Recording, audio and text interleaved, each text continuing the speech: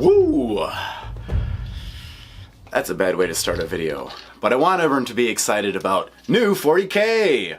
It's here, and it's all bugs and slime for me in this edition, until I feel differently based on the release schedule.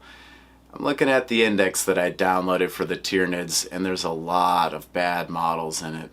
But I like the new stuff. And as I was working along on the new stuff, maybe you saw my Leviathan progress log video, there were certain animals within this army that I wanted to pull to the side because they had special effects. Yeah, most of these effects I'm still pulling from the same colors that I used in that army to keep everything simple and cohesive, nice and dumb. Yeah, I will make a video on the recipe for painting the Tyranids. You'll see that too. But as I was working along previously, towards the end of it, I pulled these models to the sides. We've got Brainbug, Smokestack back, and Barb Sacks. Anyways, we've got 3 different special effects to walk through, so let's get into it. First up, I'm going to be talking about the Spore Clouds. It's just a wet blending of emerald and black to begin, and you can see where I'm pushing the emerald into. You want to push it into the creases and the downward facing angles. Very similar to painting flame. And then as you get closer to the source, closer to the hole, it will be much more intense. There's more emerald down there than there is in the upper portions of the cloud. But yeah, as usual, just wet blending to get things established because it's the best and the fastest. I'm also taking black and white to make kind of, mid to low grays and highlighting the upper portions of that puffy spore cloud. I don't know what it's made of, so sometimes I throw these words at it like cloud and I'm like, it's not, or smoke. I digress. Let's get back to painting. Words don't mean much anyways unless you're recording a tutorial in which you're trying to deeply describe what people are seeing. Moving on. And then according to the script I wrote to myself, even more emerald. This time with a much sharper brush. Just really slicing and dicing it in there. I wrote that in there because I kept, I would paint this, it looks nice, and then you set it down and look at it from kind of tabletop eye level, and I could see there's a lot more space, there's a lot more area that I wanted to curl the emerald up into. So always, try to take that eye level and add an arm's length view when you, especially on a larger model, on a larger effect like this. You can get tunnel vision, you get up too close to some figures.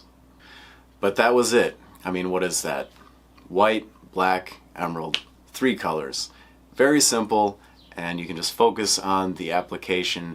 It's a nice effect. It stands away from the dark creature. I don't know why I'm patting myself on the back so much. I'm just spinning running my tongue, but I hope you learn something from that. It can be applied to a lot of different effects. But next up, let's talk about Barb Sacks. We're going to be creating a semi-transparent pustulant sac under pressurized glandular expulsion. I was writing, I felt like I was writing carcass lyrics for some of these descriptions. Sick. Anyways, it's pretty straightforward. It's much like a gem effect, but hey, maybe I can trick you into seeing 2 things at once. So I wanted to create this kind of pressurized, pusient gland sac that I saw on the side of the model. So it needs a workup of yellow, first just kind of painting something white so the yellow can show up more quickly and strongly, but a lot of layers of yellow to get a nice firm take on that yellow. Then, you guessed it, I started wet blending. I took some more emerald and started wet blending it into deep yellow. You can see a nice gradient taking place. You may want to do this more than once and using an appropriately sized brush. Generally wet blending with a large brush is the ticket, but if I scale down to a very small object, then a small brush affects it as a large brush does. I also included just the smallest portion of black up towards the top. It'll create that kind of semi-transparent look as if light is falling through and catching on the convex surface. With that rough foundation, it was just a lot of mixing and matching. I'm combining emerald with yellow to just kind of try to match up that particular tone in the gradient, diluting it down, laying down these thin layers and just kind of gently bringing things up. You know, I want to make sure there's a nice, robust, and healthy gradient. But I'm not adding anything that isn't there. I'm not adding any new colors. I am just fortifying what already exists. Once that was all in place, I want to get this kind of glistening, bulbular look. So I mix some yellow and white together and added that kind of thin, glossy line across the top of the sack. It also looks nice on the bottom too, but yeah, this gives it a good semi-gloss look. All good, the barbs are ready to fly, land in your eye, and then you die. On to the next one. Brains! Some of us have them, some have even less. Some have none at all. This Tyranid has ample amounts, so I'll be taking emerald and dark Prussian blue, wet blending those together, but in a circular fashion. I want to accent the bulbous nature of this brain as it protrudes outward and a little more rounded. You know, I'm kind of overemphasizing this bulbous shape. It looks good that way. With that murky base coat in place, I started bringing more gentle, subtle mixtures of dark Prussian blue and emerald, then breaking away into pure emerald. And yeah, I wanted to get this kind of fleshy texture going, so, you know, kind of spotty, you know, pressing and pushing. You can paint badly here, you know, we want to create a little texture. It doesn't have to be a perfectly smooth blend. Just as you are doing this, make sure you leave the crevices dark. You can go and repaint in there. You could line it with your dark Prussian blue, deep purple. Not a bad band, but whatever colors that you're using, you know, just make sure the crevices are nice and dark. Yeah, you can see I've got a kind of a nice brain formulating, but what really makes it look unreal and 40K is taking a little bit of turquoise and white ink, mixing them together, and very carefully lining into those deep dark crevices.